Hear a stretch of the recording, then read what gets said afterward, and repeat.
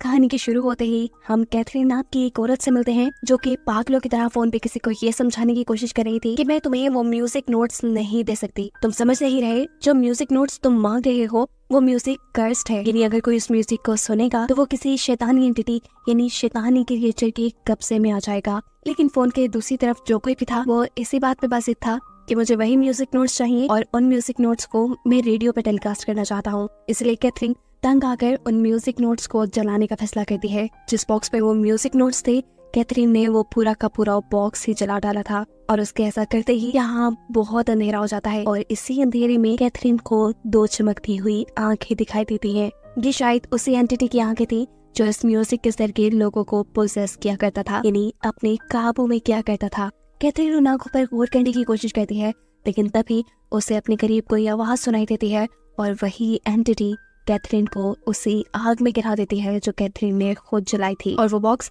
जिसके अंदर music notes थे वो बंद हो जाता है। कैथरीन के जलकर मरते ही यहाँ तेज बारिश होना शुरू हो जाती है और इस बारिश की वजह से नोट्स पे लगी हुई उस आग बुझने पर वो म्यूजिक नोट्स भी बच जाते हैं जिन्हें कैथरीन खत्म करना चाह रही थी, लेकिन इसके बदले वो खुद ही मारी गई। सीन कट होता है और हम एक ऑर्केस्ट्रा का सीन देखते हैं और यहीं पर हम मेलोडी नाम की अपनी मेन कैरेक्टर को भी देखते हैं। हमें पता चलता है कि ऑर्केस्ट्रा का मालिक उसी औरत कैथरीन का दोस्त है जो आग लगने से मारी गई। असल में ऑर्केस्ट्रा का मालिक ही कैथरीन से वो म्यूजिक नोट्स मांग रहा था ताकि अपनी ऑर्केस्ट्रा की रेडियो टेलीकास्ट पे वो म्यूजिक बजा सके। लेकिन कैथरीन के हजार समझाने पर भी उसे कैथरीन की बातें समझ नहीं आई। लेकिन अब कैथरीन के मरने के बाद उसे अपना प्लान चेंज करना पड़ा था। उसे अब रेडियो टेलीकास्ट के लिए एक नया म्यूजिक बनाना था जिसके लिए उसके ऑर्केस्ट्रा के सभी म्यूजिशियंस बहुत लगन से काम कर रहे थे। सभी लोगों के यहाँ से चले जाने के बाद मेलोडी इस आदमी के पास आती है।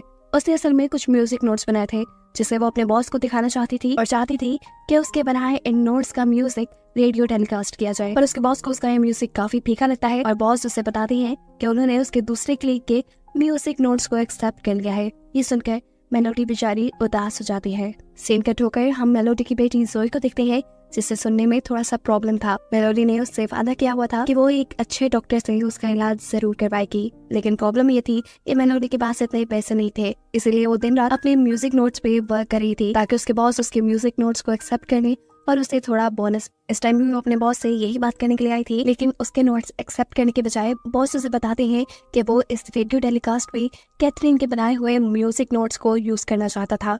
लेकिन अब कैथरीन के मरने के बाद वो मजबूर हो गया है। मेलोडी ये चांस नहीं गंवाना चाहती थी, इसीलिए वो बॉस से कहती है कि मैं कैथरीन के नोट्स ढूंढ कर ला सकती हूँ क्योंकि कैथरीन मेरी टीचर थी और मैं जानती हूँ कि वो अपने नोट्स कहाँ रखती थी। मेलोडी अब इस काम के लिए कैथरीन के घर जाती है जहाँ पर उससे मिलती है कैथरीन की सिस्टर। जब मेलोडी उन्हें बताती है कि वो यहाँ से कैथरीन के म्यूजिक नोट्स लेने आई है तो कैथरीन की सिस्टर उसे घर में नहीं आने देती क्योंकि वो अपनी सिस्टर से कह ही गई थी कि मेरे म्यूजिक नोट्स किसी को नहीं मिलने चाहिए। मजबूर होकर मेलोडी अपनी कार में जाकर बैठ जाती है, लेकिन ऐसा नहीं हो सकता था कि वो अपने मिशन से पीछे हट जाए। उसे किसी भी तरह वो नोट्स चाहिए थे, इसलिए वो छुपकर पीछे के दरवाजे से वो नोट्स चुराने के लिए कैथरीन के घर के अंदर चली जाती है। वो स्टोर रूम में आ चुकी थी जहाँ पर कैथरीन म्यूजिक नोट्स रखा करती थी और यहाँ उसे शीशे में किसी का शैडो नजर आता है। इस शैडो को इग्नोर करते हुए मेलोडी अपने काम पे लग जाती है और उसे वो म्यूजिक नोट्स भी मिल जाते हैं जो उसके बॉस को चाहिए थे और जिसे कैथरीन जलाना चाह रही थी। इन म्यूजिक नोट्स के साथ 2 रिकॉर्डर्स भी थे जिन रिकॉर्डिंग्स में इन्हीं नोट्स का म्यूजिक रिकॉर्ड किया गया था। मेलोडी जब उस म्यूजिक को सुनती है तो अचानक से यहाँ अंधेरा हो जाता है, उसकी आंखें चमकने लगती हैं और उसे यहाँ अजीबोगरीब विजन्स आना शुरू हो जाते हैं। वो अपने विजन में एक लड़की को झील में डूबते हुए देख रही थी। इससे पहले इसी विजन में खोए खोए उसे कुछ हो जाता, यहाँ अचानक से एक कौवा खिड़की से टकराता है और उसकी आवाज उसे होश में ले आती है। मेलोडी अब बिना वक्त जाए के भागते हुए उस बॉक्स को उठाकर अपनी कार के पास ले आई थी। वो यहाँ से फौरन जाना चाहती थी पर उसे पता चलता है कि वो कार की चाबी अंदर ही भूल आई है। मेलोडी जब चाबी लेने अंदर गई तो उसे वहाँ काले कपड़ों में कोई एंटिटी, कोई क्रिएचर खड़ी नजर आई। इसे देखकर वो बुरी तरह डर चुकी थी। इससे पहले कि क्रिएचर उसे कुछ कह देती, वो जाकर अपनी कार में बैठ जाती है और यहाँ से बहुत दूर निकल जाती है। वो इन सारे म्यूजिक नोट्स को लेकर अब अपने बॉस के पास आ चुकी थी। वो अपने बॉस को ये म्यूजिक नोट्स दिखाकर कहती है कि ये नोट्स कंप्लीट नहीं है, लेकिन मैं इन्हें कंप्लीट कर सकती हूँ क्योंकि मैं जानती हूँ कि कैथरीन कैसे अपना म्यूजिक बनाया करती थी।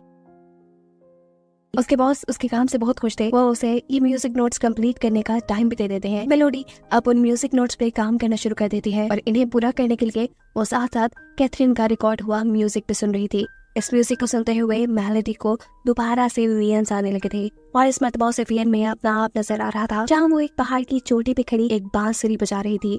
जैसे ही उसका वियन खत्म होता है तो नीचे वो देखती है कि उसके नोट्स पूरे हो चुके थे जो उसने नहीं लिखे थे। अब म्यूजिक जिसे वो सुन रही थी उसे उसके एंड पे किसी की शैतानी आवाज सुनाई देती है, जो आवाज उसे सोच में डाल चुकी थी कि आखिर ये क्या है, कौन है और क्या बोल रहा है।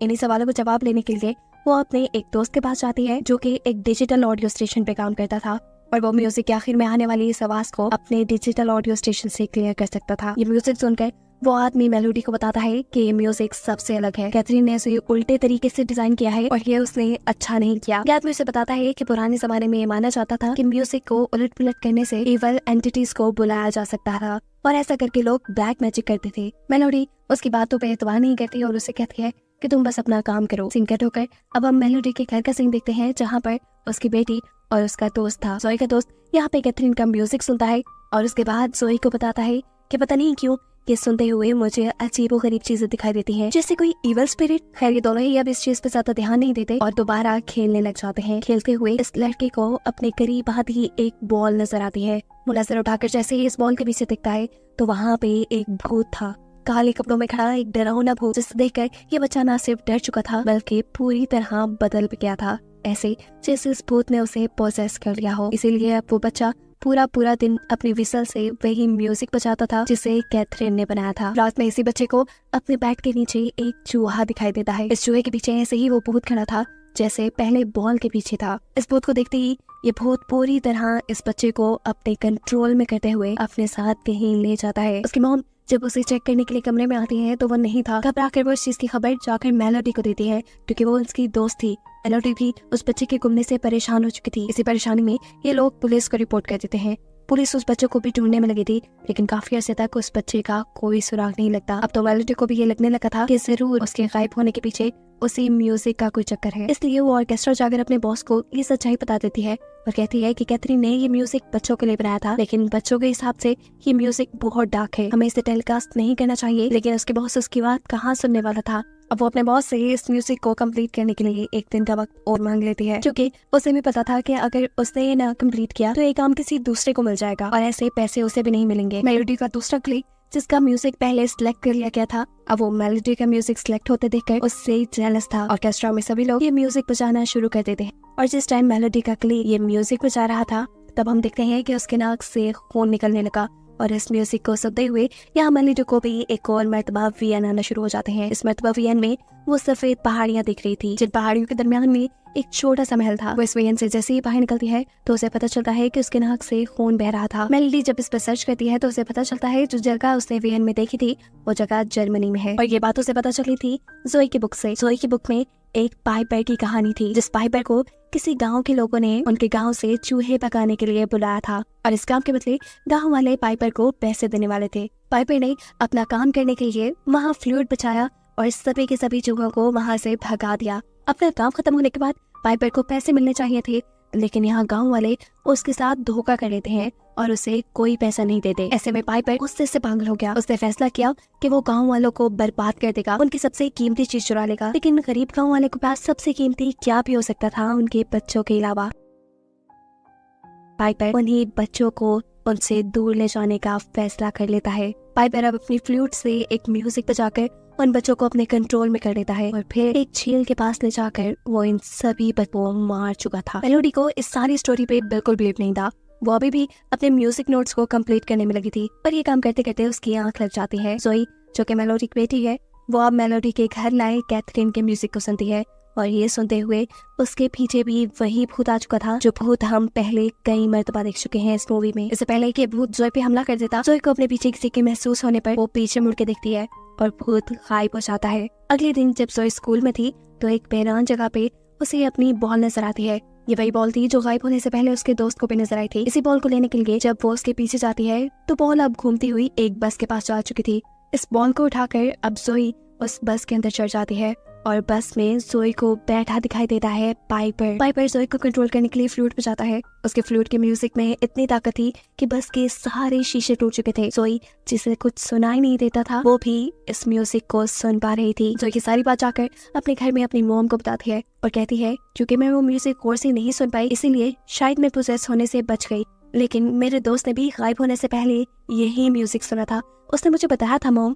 अब तो जोई की बातें मेलोडी को परेशान कर रही थी। मेलोडी जब घर के काम कर रही थी तभी उसे अपने कबर्ड के पास किसी की आहट महसूस होती है। जैसे ही वो कबर्ड के पास जाती है तो वो चीज, वो एंटिटी मेलोडी के ऊपर हमला कर चुकी थी। शोर सुनकर जोई बाहर आती है और देखती है कि अब उसकी मॉम अजीब तरीके से बैठी हुई म्यूजिक बजा रही है। कैमरा सब मेलोडी के फेस पे किए जाते हैं और हम देख रहे हैं कि मेलोडी का पूरा फेस काला पड़ चुका है। उसकी आंखें आग की तरह जल रही हैं। यानी साफ मतलब था कि उस ईवल स्पिरिट ने पूरी तरह उसे अपने कब्जे में कर लिया था। ये भी हो सकता था कि वो ईवल स्पिरिट, वो पाइपर इस टाइम मेलोडी के जिस्म में हो। इसी हालत में मेलोडी पागलों की तरह अपने म्यूजिक नोट्स कंप्लीट करने में लगी हुई थी और जब उसे रोकने के लिए जोई उसके पास आती है तो वो जोई को भी धक्का देकर फेंक चुकी थी। जोई उसे देखकर डरी तो, लेकिन दूर जाने से ज्यादा बेहतर उसे अपनी मॉम को बचाने लगा, इसलिए वो उसके सामने पड़े सभी म्यूजिक नोट्स को फाड़ चुकी थी। जिसके ऐसा करते ही मेलोडी होश में आ जाती है। सीन्स ऑर्केस्ट्रा में शिफ्ट होते हैं जहाँ पर मेलोडी के बॉस मेलोडी के म्यूजिक ना पूरे कर पाने पे बहुत गुस्सा है। तब मेलोडी का क्लिक अपने बॉस से कहता है कि म्यूजिक तो मैं भी कंप्लीट कर सकता हूँ, मुझे थोड़ा सा टाइम दे। अभी वो लोग ये बातें ही कर रहे थे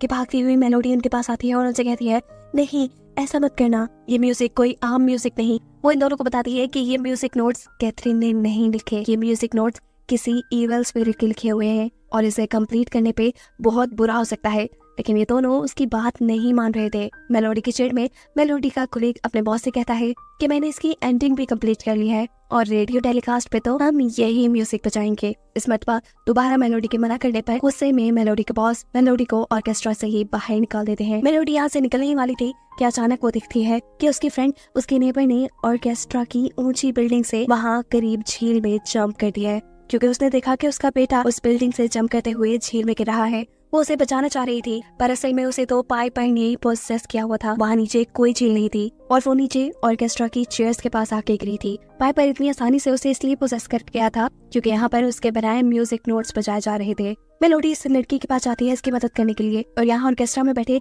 सभी म्यूजिशियन से भी उनकी मदद करने को कहती है, लेकिन कोई उनकी मदद को नहीं आता क्योंकि सभी पाइपर के बनाए उस म्यूजिक में खोए बैठे थे। मेलोडी अब यहाँ से फौरन अपने उस दोस्त के पास जाती है जिसके पास कैथरीन के रिकॉर्ड किए हुए म्यूजिक की रिकॉर्डिंग थी, जिसकी आखिरी हिस्से में किसी की आवाज भी सुनाई दे रही थी। मेलोडी के दोस्त ने उस आवाज को क्लियर कर लिया था। इस आवाज में बोली जाने वाली लैंग्वेज इटालियन थी और उस जुमले का मतलब था खून खराबा ही मेरी जिंदगी है, जो सुनकर मेलोडी और भी ज्यादा डर जाती है। वो अपने दोस्त से कहती है कि तुम दोबारा इस म्यूजिक को बिल्कुल नहीं सुनना। ये कहकर वो कैथरीन के घर आ जाती क्योंकि वो ये बात समझ चुकी थी कि पाइपर जो यहाँ सबको नुकसान पहुंचा रहा है, सबको पोसेस कर रहा है, वो पहले कैथरीन के जरिए अपने म्यूजिक नोट्स को पूरा करना चाह रहा था और फिर मेलोडी और उसके ऑर्केस्ट्रा वालों के जरिए। उसे यह भी पता था कि जरूर कैथरीन ने कुछ ऐसे नोट्स भी बनाए होंगे जो इन नोट्स का एंटीडोट हो, यानी वो म्यूजिक नोट जो पाइपर को रोक सके। या जोई जो अपनी पाइपर वाली बुक पढ़ रही थी, उस बुक के मुताबिक गाँव वालों ने पाइपर को तो मार दिया था, लेकिन पाइपर ने बोला था कि जब तक उसका म्यूजिक जिंदा है तब तक वो बच्चों को पोसेस करता रहेगा। ये पढ़ते हुए ही पाइपर यहाँ पर भी आकर जोई को भी पोसेस करके अपने साथ ले जाता है। यहाँ हम देखते हैं कि मेलोडी का दोस्त मेलोडी के मना करने के बावजूद भी दोबारा उस म्यूजिक को सुनकर उसके दूसरे पार्ट को भी ट्रांसलेट करने में कामयाब हो गया था, जिसका मतलब था जो भी मेरे जाल से बच निकलेगा उससे मैं दोबारा अपना बदला लेने आऊंगा। या मेलोडी जो कैथरीन के घर पाइपर को रोकने वाले म्यूजिक नोट्स ढूंढने के लिए आई थी, उसे यहाँ पर कैथरीन की बहन मिलती है जो उसे कहती है तुम्हें क्या लगता है कि तुम वो काम कर लोगी जो कैथरीन पिछले 50 साल से नहीं कर पाई? मेरी मानो तो दूर रहो इस सारे कामों से, वरना तुम्हारा भी वही हाल होगा जो कैथरीन का हुआ। मेलोडी उसकी बातों पर ध्यान नहीं देती और यहाँ म्यूजिक नोट्स ढूंढने में लग जाती है और उसे वॉल पेपर के पीछे बहुत से म्यूजिक नोट्स मिल भी जाते हैं। ये नोट्स देखकर मेलोडी की उम्मीद जागी थी, लेकिन कैथरीन की सिस्टर से हाँ कर बताती है कि पाइपर के म्यूजिक नोट्स का कोई तोड़ नहीं। अगर तुम्हें पाइपर का म्यूजिक सुनाई देता है तो इसका मतलब वो पूरी तरह तुम्हें पोसेस कर चुका है। पाइपर ने कैथरीन को भी पोसेस कर लिया था। उसके पोसेशन के बावजूद भी कैथरीन उसके म्यूजिक नोट्स का तोड़ ढूंढती रही और ऐसे उसकी लाइफ में सब बिगड़ गया। तुम्हारी भी लाइफ बिगड़ जाएगी, मेरी बात मानो मेलोडी और ये सारे काम छोड़ दो। मेलोडी इस मरतबा भी इस औरत की बातों पे ध्यान नहीं देती और दीवार पे लिखे हुए नोट्स को लेकर अपने फ्रेंड के पास आ जाती है, क्योंकि उसे लग रहा था कि यही पाइपर के नोट्स का तोड़ है। वो देखती है कि यहाँ उसके दोस्त को भी पाइपर ने पोसेस कर लिया था इसलिए उसके नाक से खून आ रहा था। वो अपने कान पे भी हमला करके अपने आप को जख्मी करना चाहता था, लेकिन यहाँ पर मेलोडी उसे बचा लेती है। ऑर्केस्ट्रा के अंदर मेलोडी के बॉस अपनी पूरी टीम के साथ वही म्यूजिक नोट्स बचाने लगे थे जो पाइपर के थे, जो वो कैथरीन से लेकर आई थी। ऐसा कहते हुए यहाँ बैठे हुए मेलोडी के एक क्लिक के अंदर पाइपर आ जाता है। उसकी आंखें जलने लगती हैं और पाइपर देखते ही देखते यहाँ बैठे सभी लोगों को प्रोसेस करना शुरू कर देता है। मेलोडी जो ये सारी चीज नोटिस कर चुकी थी, वो जल्दी से बैक स्टेज जाकर यहाँ की इलेक्ट्रिसिटी बंद कर देती है ताकि लोग प्रोसेस होने से बच पाए। लेकिन अब बहुत देर हो चुकी थी, क्योंकि पाइपर इस टाइम जिसकी बॉडी में आया हुआ था वो उसकी बॉडी को फाड़ कर उसके अंदर से बाहर निकल आता है और यहाँ मौजूद एक एक करके सभी लोगों को मार देता है। लोगों को मारने के बाद वो यहाँ पर फ्लूट उठाकर वही म्यूजिक नोट्स बजाने लगता है जिससे वो बच्चों को अपने कंट्रोल में किया करता था। उसके म्यूजिक बजाते ही यहाँ एक जादुई दरवाजा खुलता है और देखते ही देखते सारे बच्चे इसके अंदर जाने लगते हैं। वो पाइपर की दुनिया थी जहाँ वो बच्चों को अपने कंट्रोल में करके रखता था, उन्हें अपना गुलाम बना लेता था। मेलोडी भी मौका पाते ही पाइपर की दुनिया में चली जाती है और उसे यहाँ पे अपनी बेटी और उसका दोस्त भी मिल जाते हैं। मेलोडी देखती है कि उसकी बेटी पाइपर के इशारों पे काम कर रही थी। ये देख उसे बहुत बुरा लगता है। वो जल्दी से जाकर अपनी बेटी को हक कर लेती है और उसके कान से उसकी हेयरिंग डिवाइस निकाल देती है ताकि अब वो पाइपर का म्यूजिक ना सुन पाए और उसके पोसेशन से बाहर निकल आए। जिसके बाद मेलोडी अब भागते हुए अपनी बेटी को उसी दरवाजे से बाहर ले आई थी जिस दरवाजे से वो इसके अंदर गए थे। जोई को यहाँ से भागता हुआ पाइपर देख लेता है। वो भी उसे पकड़ने के लिए बाहर आता है, लेकिन जोई उसे बचने के लिए कहीं छुप जाती है। इससे पहले कि अब पाइपर जोई को पकड़ लेता, मौका पाते ही मेलोडी यहाँ पे एक फ्लूट उठाकर एक नया म्यूजिक बजाना शुरू कर देती है, पाइपर के ही म्यूजिक नोट्स को उल्टा पुल्टा कर। ऐसा करने से पाइपर को बहुत ज्यादा दर्द हो रहा था। वो तड़पना शुरू कर देता है और उसकी इसी तड़प में उसके मुंह से बहुत सारे चूहे बाहर निकलते हैं जो बाहर निकलकर उसे खाना शुरू कर चुके थे। आहिस्ता आहिस्ता चूहों ने खा खा कर पाइपर को मार दिया था और सारे ही बच्चे पाइपर की कैद से आजाद हो गए थे। पाइपर के कंट्रोल से बाहर आते ही वो बच्चे पाइपर के ही बनाए जादुई दरवाजे से अपनी दुनिया में वापस भी आ जाते हैं। इन्हीं बच्चों में जोई का दोस्त भी बाहर आ चुका था और पाइपर का वो दरवाजा हमेशा हमेशा के लिए बंद हो चुका था। यानी अब फाइनली पाइपर का चैप्टर बंद हो चुका है। ऐसा हम सभी को लग तो रहा है, लेकिन कहानी में अभी एक ट्विस्ट है। कहानी के आखिरी सीन में हमें जोई को दिखाया जा रहा है जो बहुत ही अच्छी फ्लूट बजाने लगी है। वो इस टाइम एक पुराना म्यूजिक अपनी टीचर को सुना रही थी। टीचर भी उसके म्यूजिक से बहुत इम्प्रेस थी और इसी म्यूजिक को बजाते हुए जोई की आंखें आग की तरह चमक रही थी, बिल्कुल ऐसे ही जैसे पाइपर की आंखें चमकती थी। साफ मतलब था कि पाइपर अभी पूरी तरह खत्म नहीं हुआ था। वो पूरी तरह अब जोई के अंदर था या उसने जोई को पोसेस किया हुआ था। इसी मिस्ट्री के साथ ये कहानी यही खत्म हो जाती है।